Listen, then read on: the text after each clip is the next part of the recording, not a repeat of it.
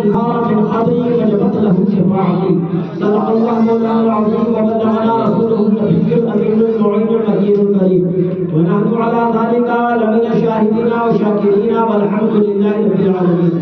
محترم حاضرین و سامعین، کچھ عرض و معروف سے خرچ نبی والے نبی کی بارگاہ میں جی لگا کر ہم کو درود پیش کر دیا جائے. پڑھیں بابا سے کرو اللہم صلی علی سیدنا و مولانا محمد وعلى الجود والکرم وعلى الکرام وسلم کریم وبارک وسلم. وقت بہت مختصر ہے، آپ سب جانتے ہیں کہ اذان عشاء ہو چکی ہے. کچھ لمبی چوڑی گفتگو سے بہتر اور مناسب میں نے یہ سمجھا کہ حضرت حافظ القاری سلطان صاحب کے حکم کی تعمیر کرتے ہوئے چند منٹوں کے لیے آپ کے سامنے حاضر آ رہا ہوں. آپ نے آخری شعر حافظ سلطان صاحب سے سنا کہ بڑا خوش نصیب ہے وہ شخص. تو بلا شبہ ہم تمام کے درمیان اس وقت حافظ سلطان صاحب بے پناہ خوش نصیب ہیں کہ اللہ تبارک و تعالیٰ اور اس کے محبوب کے در سے ان کا بلاوا آیا ہے. اور جو اس بارگاہ میں جا کر آ چکے ہیں وہ حضرات بھی خوش نصیب اور چنندہ حضرات میں ہیں، کیونکہ اللہ کے پیارے رسول صلی اللہ تعالیٰ علیہ وسلم کی حدیث مبارکہ سے پتہ چلتا ہے کہ جو ایک کانفرنس ہوئی عہد میثاق ہوا، وہاں پر اللہ تبارک و تعالیٰ نے جب اپنی ربوبیت کا اعلان فرمایا اور رسول اکرم صلی اللہ تعالیٰ علیہ وسلم کی رسالت کا اقرار کرنے کا حکم ارشاد فرمایا، تو جن ارواح نے رسول اکرم صلی اللہ علیہ وسلم کی اقرار کیا، آپ کی رسالت کا اقرار کیا، تو اللہ تبارک و تعالیٰ نے ان کی قسمت میں حج بیت اللہ اور زیارت بیت اللہ نصیب میں فرما دیا ہے. میرے عزیزوں، تو خوش نصیب ہیں ایسے لوگ جنہیں اللہ رسول کے دربار سے بلاوا آتا ہے. اللہ تبارک و تعالیٰ نے حرمین شریفین کی زیارت، خصوصی طور پر کعبۃ اللہ کی زیارت کے لیے جا بجا مقامات پر ارشاد فرمایا ہے.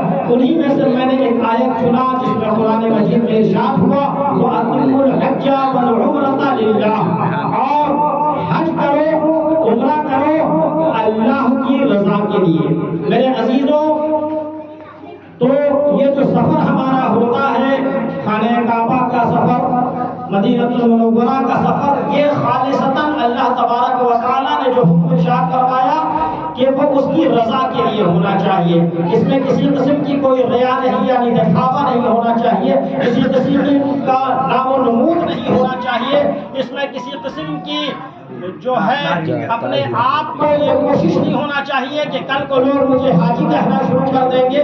اور دوسری بات یہ ہے کہ آپ جانتے ہیں کہ ایک حافظ قرآن کی، ایک عالم دین کی کتنی قلیل تنخواہ ہوا کرتی ہے، کتنی کم آمدنی ہوا کرتی ہے، لیکن میرے عزیزوں اس کے باوجود آپ دیکھتے ہوں گے کہ عوام الناس میں سے زیادہ تر ایسے لوگ ہیں جو خواص اس بارگاہ میں پہنچا کرتے ہیں، یعنی حافظ قرآن اور عالم دین. اس کی وجہ یہ ہے کہ ان کے دل میں عشق رسول صلی اللہ تعالیٰ علیہ وسلم بٹھا ہوا کرتا ہے.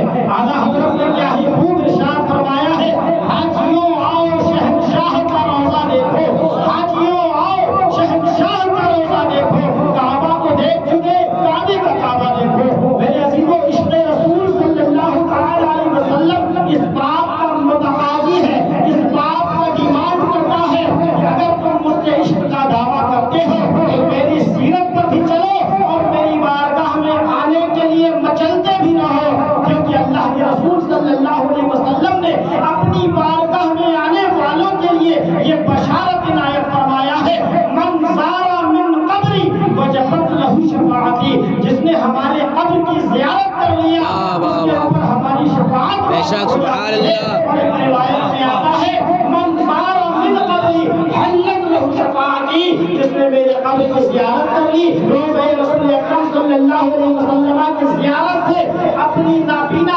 آنکھوں کو منور کر لیا. میرے عزیزوں، اللہ کے رسول کا فرمان ہے، اس کے لیے ہماری شفاعت حلال ہو جاتی ہے.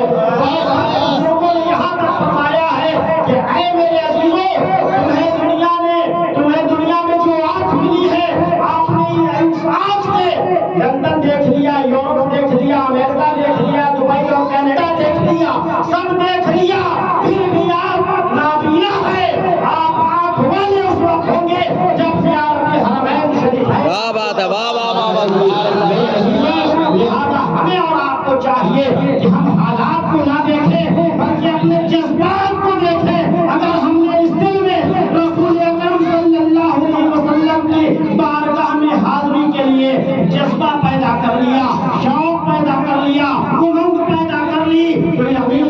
لیے خزانہ غیب سے انتظام ہو جائے گا. ظاہری طور پر آپ کے پاس آمدنی کے وسائل نہیں ہوں گے، لیکن رب تبارک و تعالیٰ ایسے اسباب مہیا فرما دے گا، کیونکہ میرا پروردگار وہ پروردگار ہے جو مسبب الاسباب ہے، جو قادر مطلق ہے، وہی پروردگار ہے.